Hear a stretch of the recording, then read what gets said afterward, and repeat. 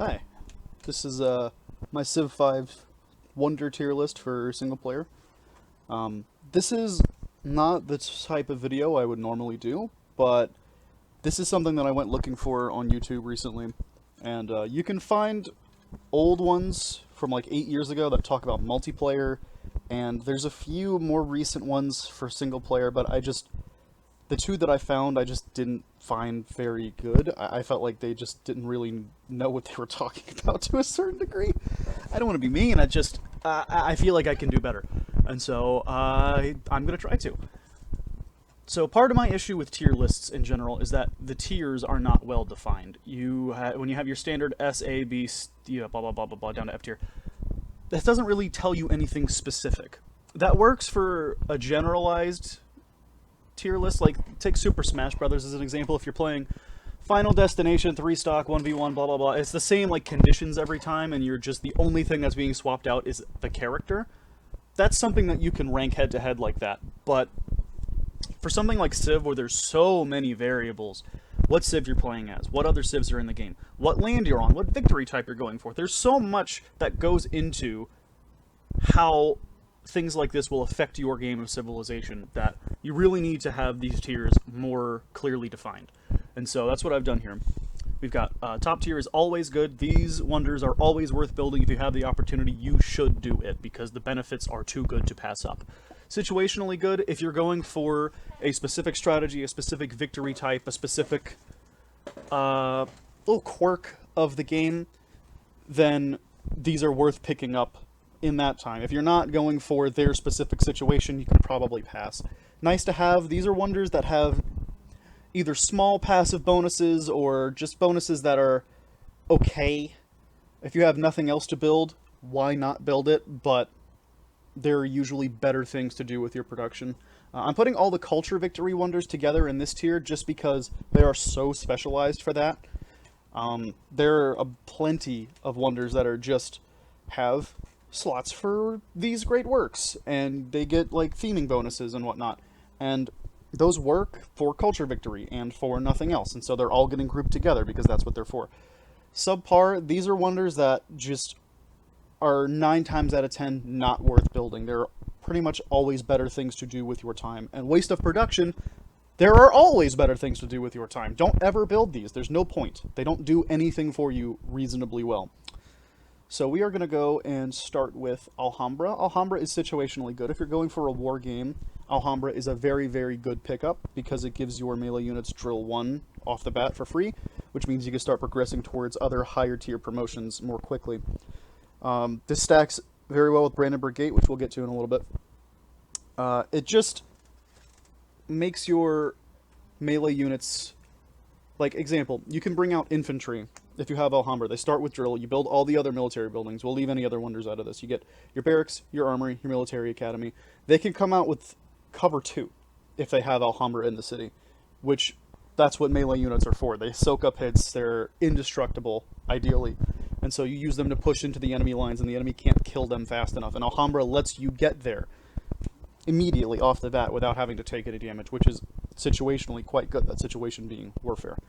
You don't always go for warfare. It can be a little bit risky, but it's very good in that situation. Angkor Wat, waste of time. This comes out at education, which is the same technology that gets you universities. And building a wonder that decreases the culture and gold cost of tiles by 25% is nowhere near as good as just building your universities and getting your science up. That is what you should be doing with your time once you get education. It shouldn't be building this stupid thing. Big Ben is nice to have. This is a policy locked wonder. This is behind commerce. You need to open commerce to be able to build it. It's a 15% cheaper. Oh, I don't think I mentioned with Alhambra. You get plus 20% culture with this as well.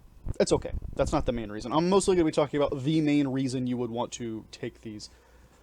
And the main reason for Brandenburg, Big Ben here is that purchasing things with gold in your cities is 15% cheaper.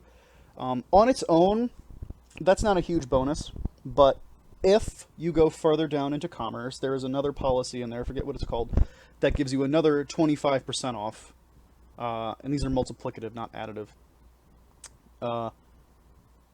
So you can get that, and then with autocracy, there is a tenant that lets you get cheaper purchasing of military units, and with order, there is a policy that lets you take cheaper purchasing of buildings. So you can really stack up that way if you have the culture to spare to go that far into commerce.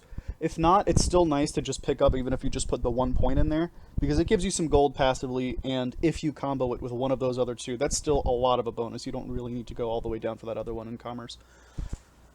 It's nice to have. And it comes out at a time, it's that industrialization. Yeah, you should probably be getting up your public schools, but this is a very uncontested wonder in single player. You don't see AIs go for commerce very often, and even slimmer while they try to build this thing until far, far later. So you'll have some time to pick this up once you get your other priorities in order.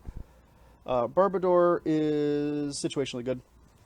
And that situation is where you get your religion up early, but like early enough to where an AI hasn't spread their religion to all of your cities or all the city-states around.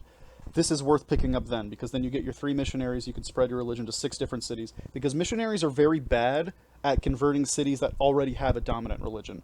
It's very hard for them to overcome it. That's what great prophets are for. Missionaries are very good at converting cities that don't have a majority religion. They will get you that majority religion. And so if you can get this out early enough, you can convert your empire cities outside of your capital, you can convert nearby city-states, or even the attrition cuts into this, but if you can get them to another civilization early enough, usually they can adopt it and be happy with having your religion, and they won't compete for one. So in the situation where you're able to build it far enough ahead of other religions, it's pretty good. If you're behind and other people's religions have already spread into your lands or nearby lands, it's not as nice, because the 3 missionaries really just aren't going to do very much for you. Brandenburg Gate, situationally good, and that's, again, the same situation as Alhambra. It's war. This gives you primarily plus 15 XP on all of your military units, and unlike Alhambra, which gives you drill, because drill is exclusive to melee units, so Alhambra's not going to affect ranged units or aerial units, whereas Brandenburg Gate will do that. You'll get plus 15 XP on every type of unit that you build.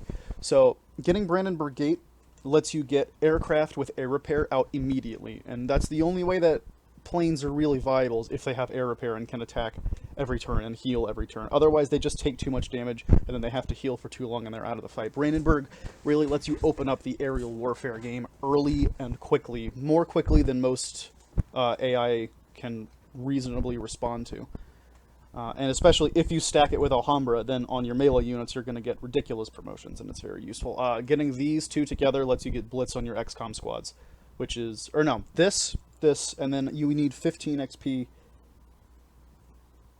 from somewhere else. So this, the 3 military buildings, and then you need 15 more, which usually can be picked up from Autocracy. So if you want to do that, you can go and get like Blitz XCOM out of the gate, which is fantastic. Cavalry with march, artillery with logistics, bombers with air repair and logistics or range. There's a lot of options you can do. Like, being able to pump out units is nice, but having some units that have really, really strong promotions is much, much nicer. There's just there's not much that you can do against planes with air repair and logistics. You're just gonna get shredded, right? So situationally good, situation being war, pairs fantastic with Alhambra. Culture Victory for Broadway. It's great musician slots. Need I say more? Chichen Itza, nice to have. Increases Golden Age length by 50% and also provides some extra happiness. It's good.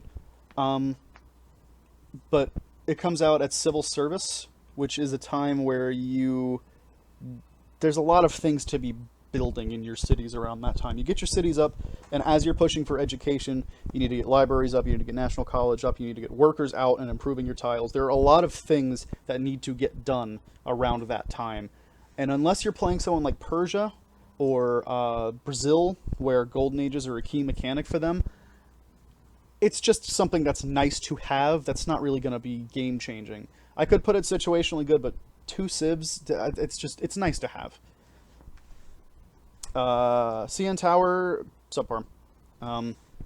It's basically a free population point in all of your cities. I think it provides a free broadcast tower. But It's a free population point in every city, and you get 1 happiness per city to cover that, so it's not going to tank your happiness for doing that. I could see this being better for wide empires. If you have like 8 or 10 cities, you can pick up 1 population, all of them that way. This comes out at the friggin' end of the game, where 1 population is just not going to do anything for you. Because by that point, your cities probably have in the 20s of population, and 1 extra point just doesn't do anything. There are other things to be done at this time, because you're closing in on your victory condition by the time you're this far into the game. Colossus, always good. Colossus is fantastic. Colossus, not only does it open up an extra trade route for you, you have to be on the coast to build a Colossus. Not only does it give you an extra trade route and a free cargo ship, it also is just a +5 gold. And this is early. This is at metal...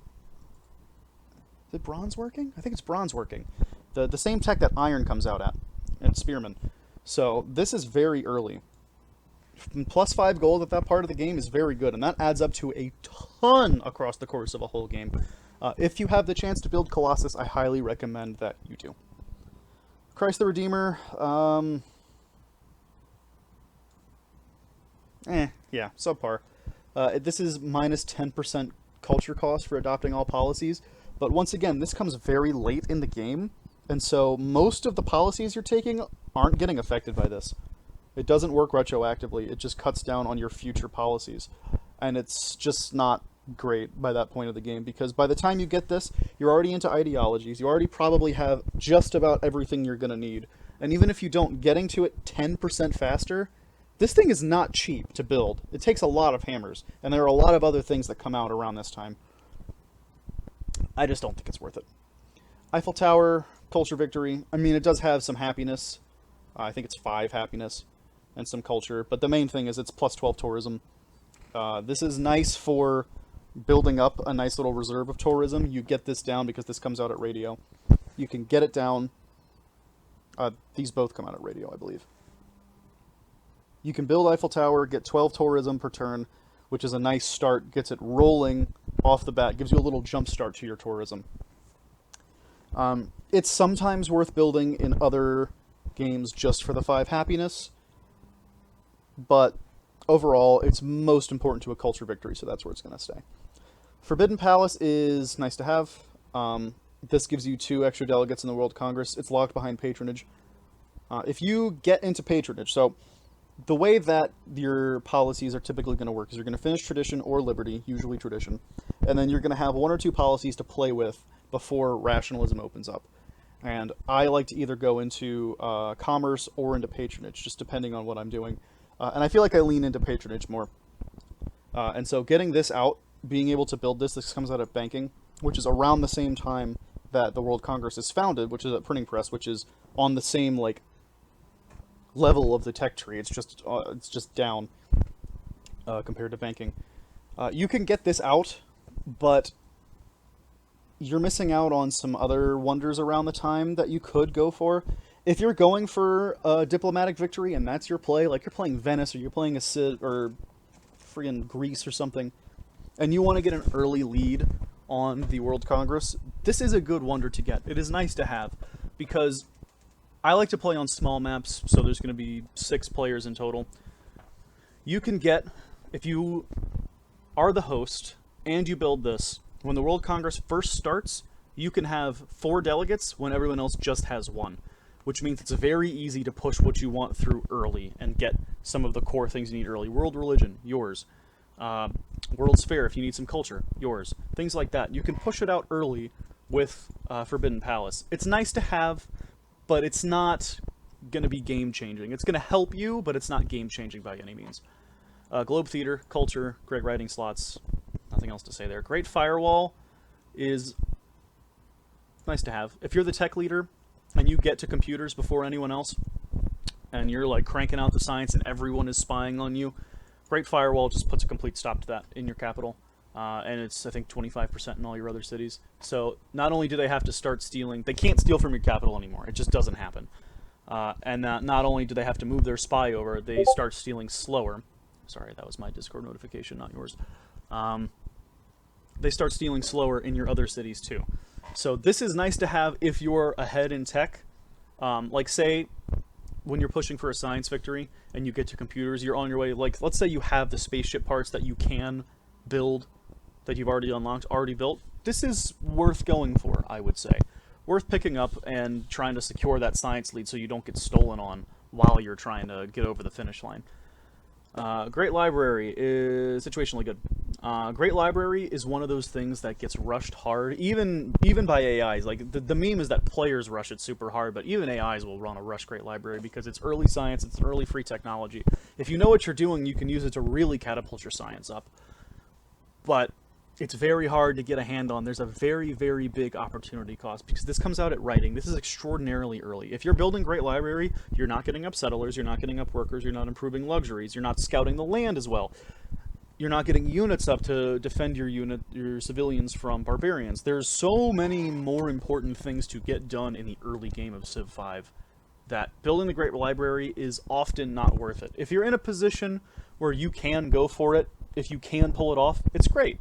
But the situation is you need to be in a position to pull it off, which is not always possible, especially on higher difficulties.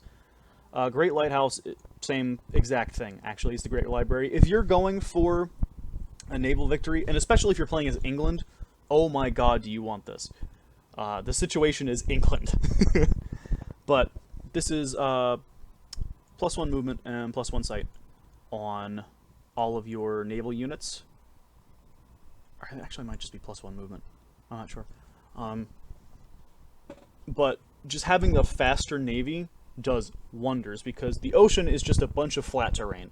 And so movement is very, very key because you can gain positions, you can move around and surround enemy naval units and surround enemy cities and move in and out. This thing is fantastic, but the situation is you need to be coastal. You need to have neighbors that are coastal. This thing, if you're on Archipelago, it's here. But on like regular continents or on Pangea, it's here. It's okay there. It's good in the situation that you're calling for it. Almost like that's the name of the category. Great Mosque of Zhen, I feel like is a waste. It's locked behind piety, first of all, which means you need to go into piety, which I wouldn't do very often. And then it lets missionaries spread their religion 3 times instead of 2 times. Now, it can combo with Barbador. If you're able to build this and then build Barbador, then you get 3 missionaries that each can spread 3 times right off the bat, and you're not spending any faith for it. That can be good.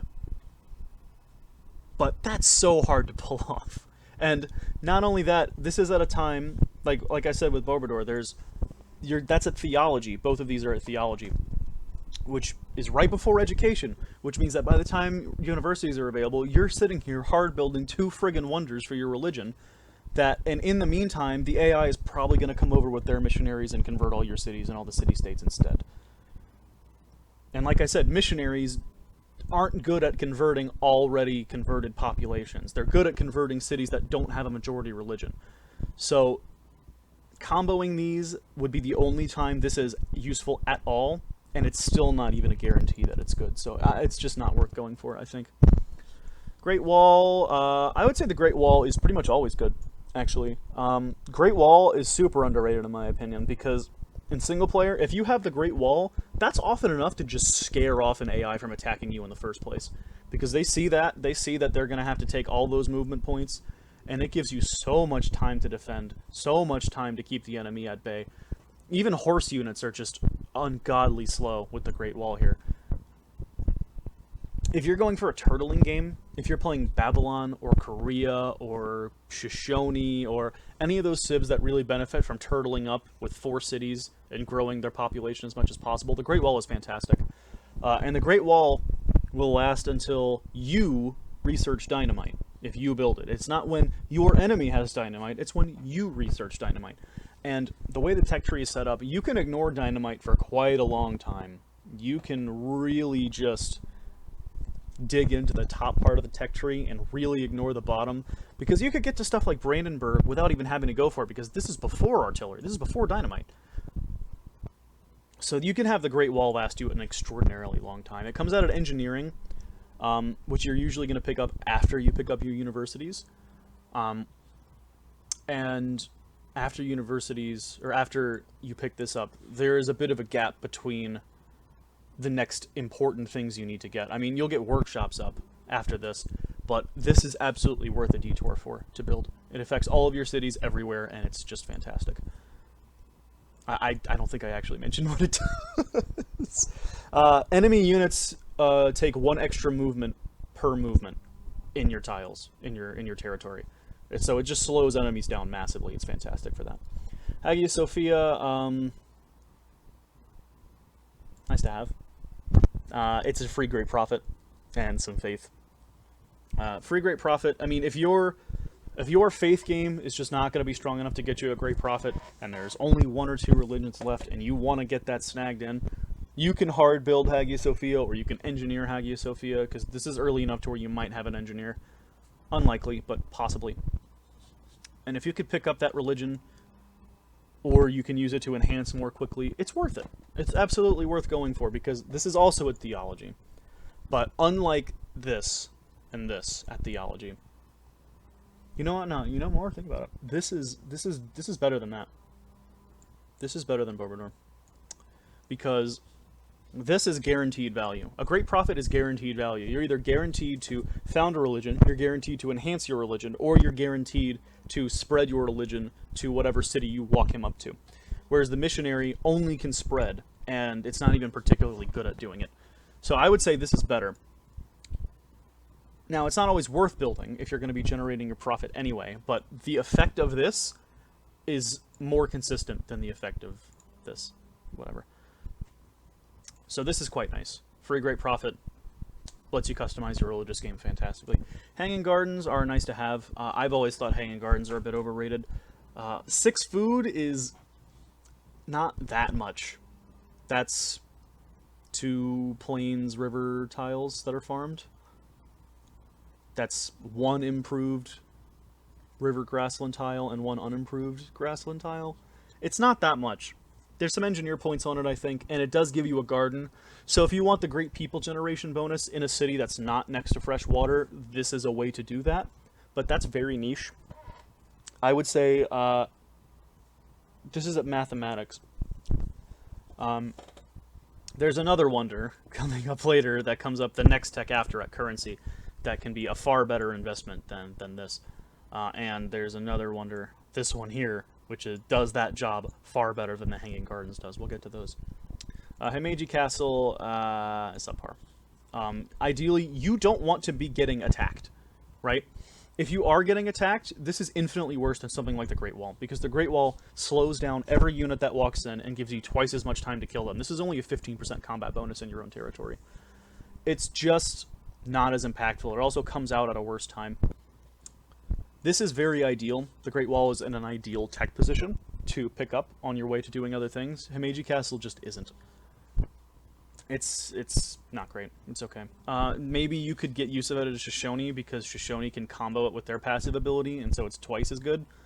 In the same way that, like, this with the Russian barracks thing, but I still just don't think it's worth it. It's subpar. Hubble Space Telescope is always good. Hubble Space Telescope is amazing. You are building it. I mean, I think it's a free spaceship factory, but it's also, you get 2 free great scientists from this, and this comes out at satellites. So this is where you're making your science victory push. You go to satellites, you build Hubble. I would usually save an engineer for Hubble, or if you can, buy an engineer with faith if you don't have one, because spending on quick speed 670 faith for 1 engineer for 2 scientists, that's a really good deal. So 2 great scientists to pop to get you through that tech tree faster are fantastic. This thing is awesome. You should always build it if you have the chance. Kremlin, waste. 1 free social policy, okay. 50% production towards armor units. Armor units just kind of suck. Like, by the time you get to this era of warfare, planes and artillery and infantry are what you're going to want to use. Tanks are just, yeah, they're fast and they can move in and out, but they're just, they don't do as much for you as cavalry used to do, right? Like, if you want to be dealing with units, you're going to be better off building bombers and just bombing them from the air, and then moving your infantry in and some artillery in. Tanks are just, they're not on an optimal spot on the tech tree to get to these to make it worth it. I just, and this is also, I should mention, this is locked behind order. You need order to get this one. This is the order specific wonder, and it's just it's the weakest of the three ideology wonders for sure. Leaning Tower is always good. Great People Generation is fantastic, no matter what you're doing. If you're going to war, faster great generals are great. If you're going for science, faster great scientists are always great, no matter what you're doing. If you're going for culture, faster on your writers, artists, musicians, that's great. And it's a free great person of your choosing, which means you can pop down a scientist for an academy, you can pop down an engineer if there's another wonder you want to combo into. There's a lot of things you can do with Leaning Tower. Leaning Tower is almost always going to be worth going for. It's at printing press, which is the same technology that gets you the World Congress, and there's a specific religious enhancer belief that I quite like, where your religion spreads 25% faster, and then when you get printing press, it's 50%. So that's another thing that to go for printing press for. So this is a very good wonder in a very good spot. Renaissance, there's a lot of things that you can go for, and there's nothing super essential. This is probably one of the best things to go for. Like it's probably better to go for this than, say, Forbidden Palace or Globe Theater, which is down here. This is probably the best of the Renaissance wonders. I think this is the Louvre. It's a culture one. It's locked behind exploration. There you go. Machu Picchu, always good. If you have the mountain to build this on, this is fantastic. This is plus 25% gold from city connections is the main draw of this, which is an absurd amount of gold, actually. This is very good for Liberty empires. It's good for tradition, too, because, you know, it's going to be money either way. But for Liberty, your city connections, this is just going to be kind of a bonus per city. And you're already spending a lot on roads, so this really eats into that big downside of Liberty. Now, Liberty's not great at building wonders, but picking up Machu Picchu is fantastic. For the same reason as Colossus, because it's just gold that is going to add up over the course of the game that you're not going to get from somewhere else. It's very worth putting the hammers into, because gold late game is like instant hammers. Because you want to save up your gold for later in the game to buy units or buildings or whatever to try to accelerate your game, and this will let you build up gold for that in a phenomenal passive way. Mausoleum, I'm a little torn on Mausoleum of Holocarnassus. This one, what it does is it like affects, I think it gives gold to stone and marble, but the main thing is every time you expend a great person, you gain 100 gold.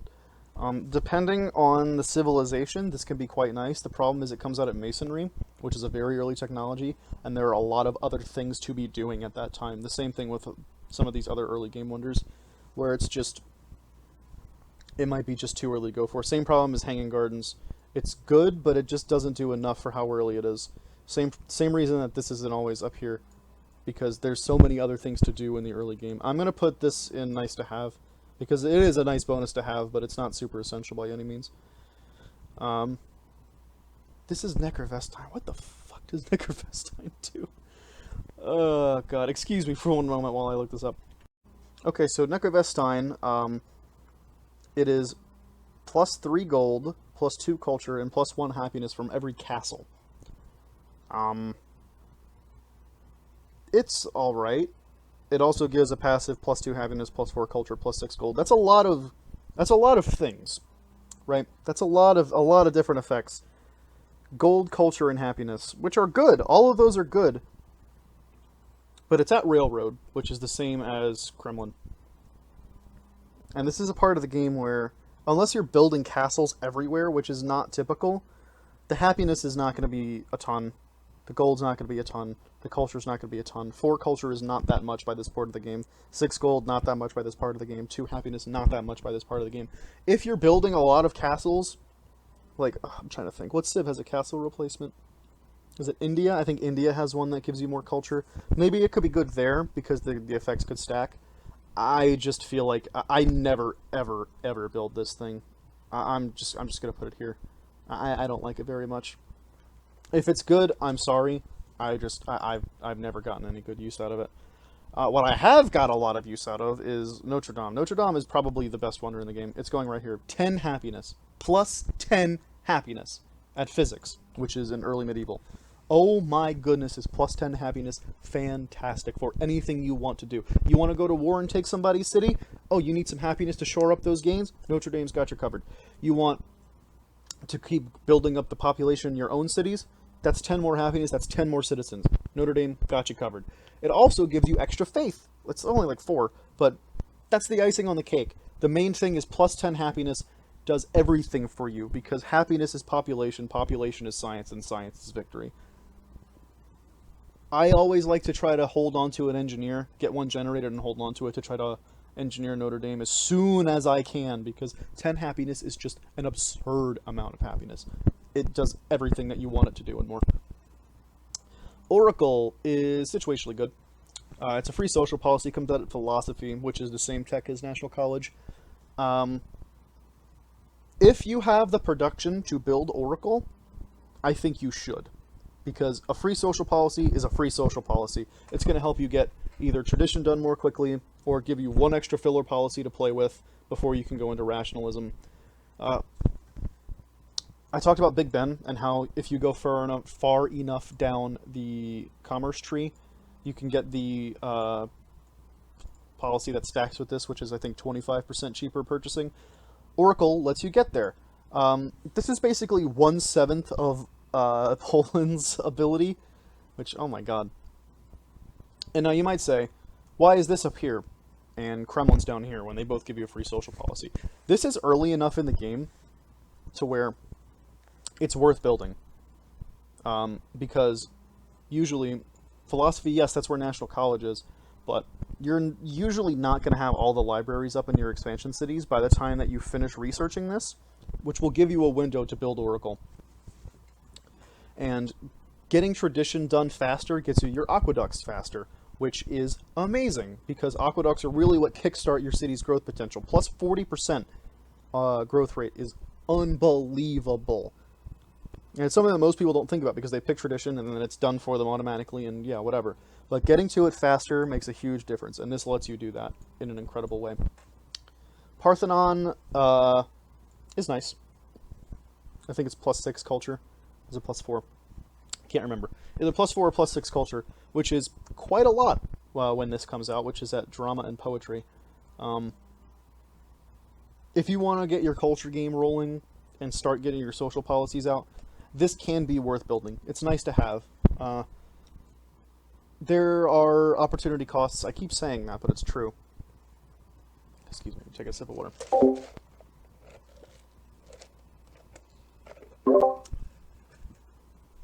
There are opportunity costs with this.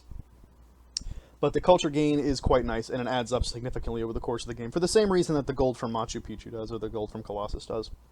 Because this is early, and you're going to keep it for the entire game, and it'll help you with the city-state quests for, like, oh, this city-state wants the most, looking for whoever has the most culture. This will really help you get those early, which will let you snowball the city-states. Unironically, it's good for Greece. Who would have guessed? The Pentagon, cheaper to upgrade units. It's subpar. It comes out too late to be useful. This is in the information era, and you kind of already have everything upgraded by this point. I suppose it can make upgrading from paratroopers to XCOMs cheaper, and maybe upgrading from bombers to stealth bombers cheaper. I just feel like it's not worth it. It's just there's like there's a similar one to this in Autocracy. That's, I think, just better and more worth it than trying to build this thing. There are other wonders in the info era that are better. There are other things to do in the info era that are better. Petra is situationally good, and the situation is desert hills.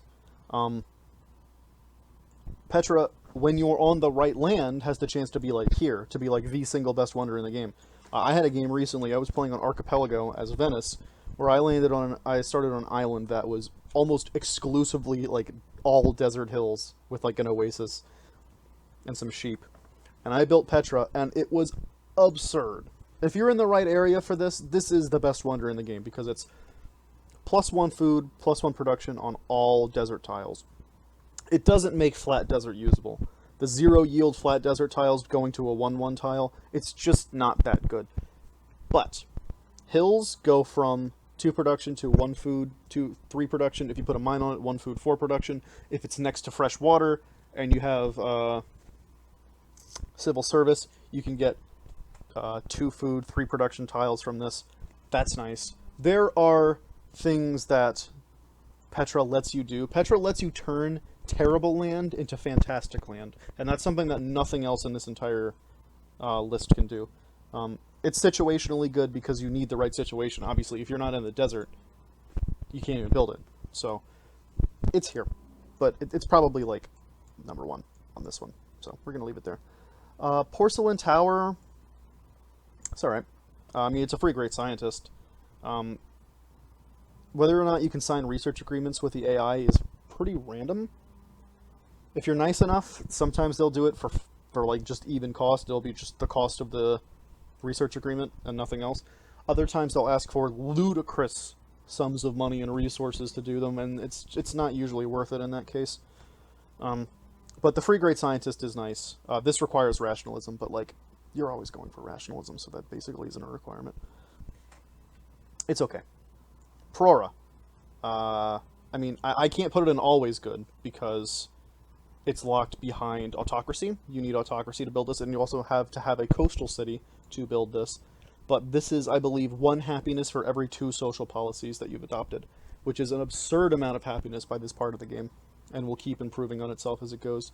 Autocracy can struggle with happiness. It's got some good happiness stuff in there, like from barracks and military academies and armories and whatnot, and castles and all the other defensive buildings. It's got some happiness there.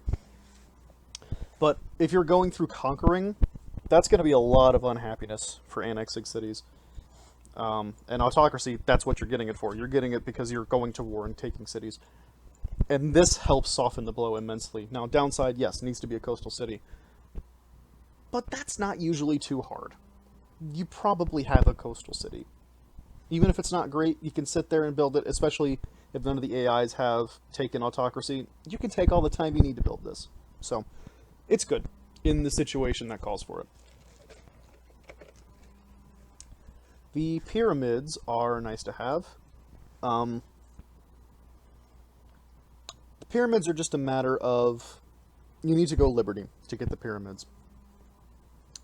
And going Liberty just kind of sucks. It can be good. It can be.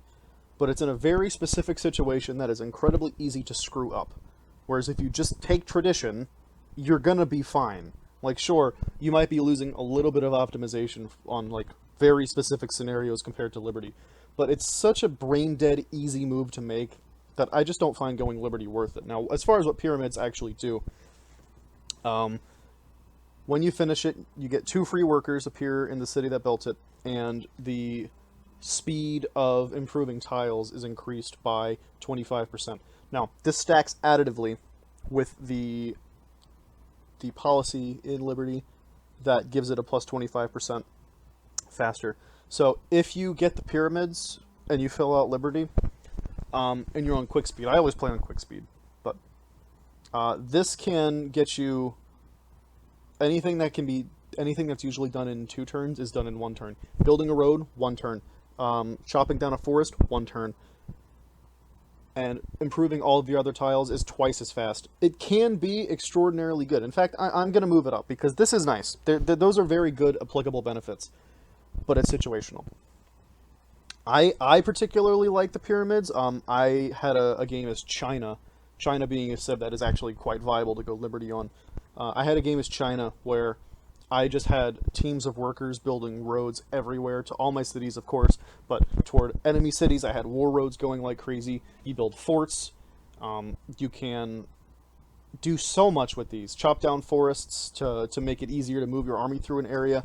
If you can get the 1-turn chopping and the 1-turn roads, it is a very, very, very fun strategy. I've softened on these now that I've talked about it because I forgot about that. But if you go Liberty, these are great, and you should pick them up, but Liberty is hard to do. Red Fort makes your defensive buildings better. It's just subpar. I mean, if you're getting attacked by the AI, build units. Don't build this. Build units. That's all there really is to say on the matter. Because, like, yeah, you're gonna build walls, castles, maybe, but like, you really just should build some like artillery or some ranged units or something instead of doing this, because ideally you don't even want them to get to the city. Sistine Chapel's nice to have. Plus 25% culture. I don't know if that's empire-wide or just in that city. I think it's empire-wide. Culture bonus is nice. This is another one of those Renaissance wonders where you have a lot of options to play with.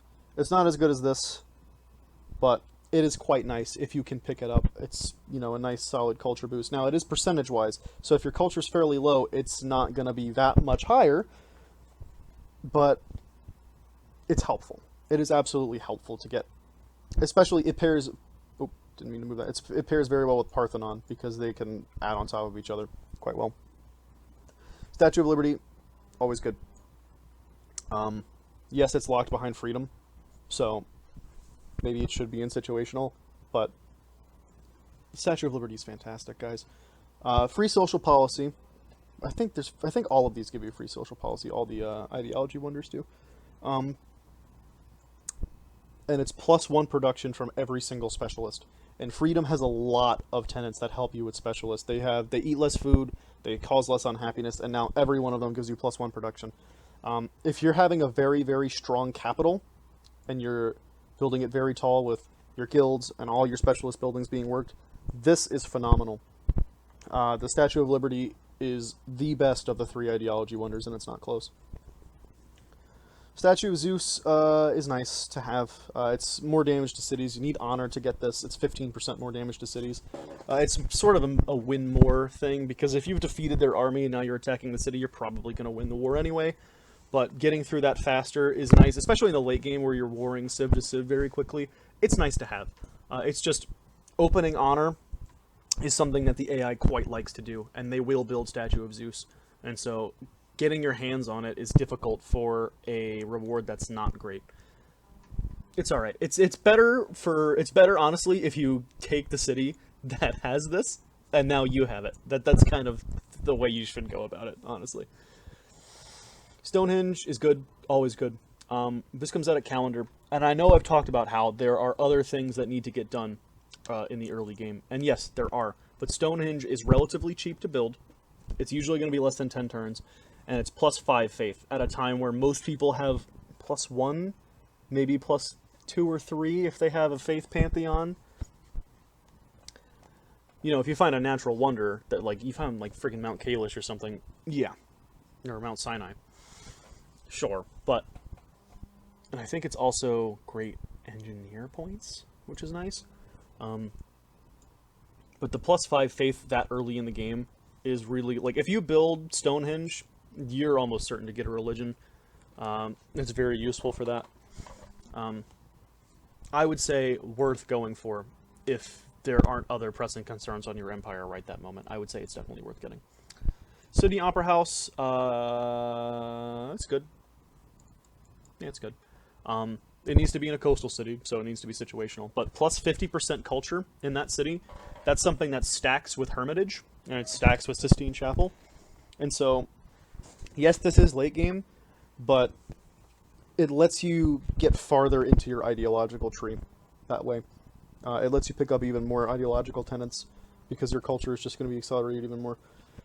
It's very nice in that regard. I recommend building it once you have the chance to. Taj Mahal is an instant golden age, and I believe +4 happiness. It's nice to have, but it's another one of those Renaissance wonders that's just like, there are other things that you could be doing, like Leaning Tower, and I just feel like there are better options than Taj Mahal. I mean, sure, if you need to enter a golden age, like, okay. Like another one of those ones where it's like Brazil or Persia, where your golden ages actually do a lot for you. Sure, could be worth picking up. If Persia wants to build this so they can go to war and have that damage bonus and that movement bonus, why not? But most of the time, it's just icing on the cake, right? Temple of Artemis. We need to get into the details with Temple of Artemis as to why it's actually the best wonder in the game.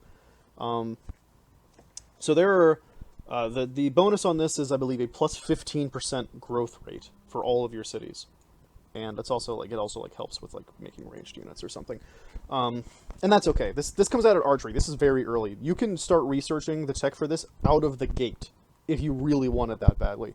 You you usually don't need to go straight for archery. You can usually go pottery and mining and animal husbandry, and usually get archery as the last of the 4 opening techs, and still have a chance to get this. For some reason, the AI does not highly prioritize this wonder. But the growth bonus is plus 15%. There are 2 different ways that the game can calculate the growth bonus, because there's a few different areas you can get where it says faster growth rate. Temple of Artemis, the floating gardens for the Aztecs, swords into plowshares from the religious tree, and then there's a couple other ones, the aqueduct, the medical lab, things like that.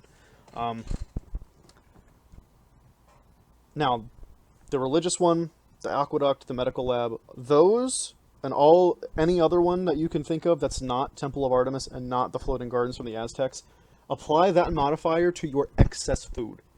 So, if you have 20 food being produced in a city, and your population eats 10, and you have, let's say, 15% from swords into plowshares, and there's 10 left over, it's only going to apply the swords into plowshares bonus to the leftover food. So, instead of applying to the 20, it applies to the 10 that's left over, and you get an extra 1.5 because it's a 15% bonus. Sure. This, Temple of Artemis, is a 15% bonus that applies to the base amount of food. So, instead of applying that there, you're going to go from 20 food base to 23 food base, and then which you only eat 10 of those still. So, instead of having the way you would have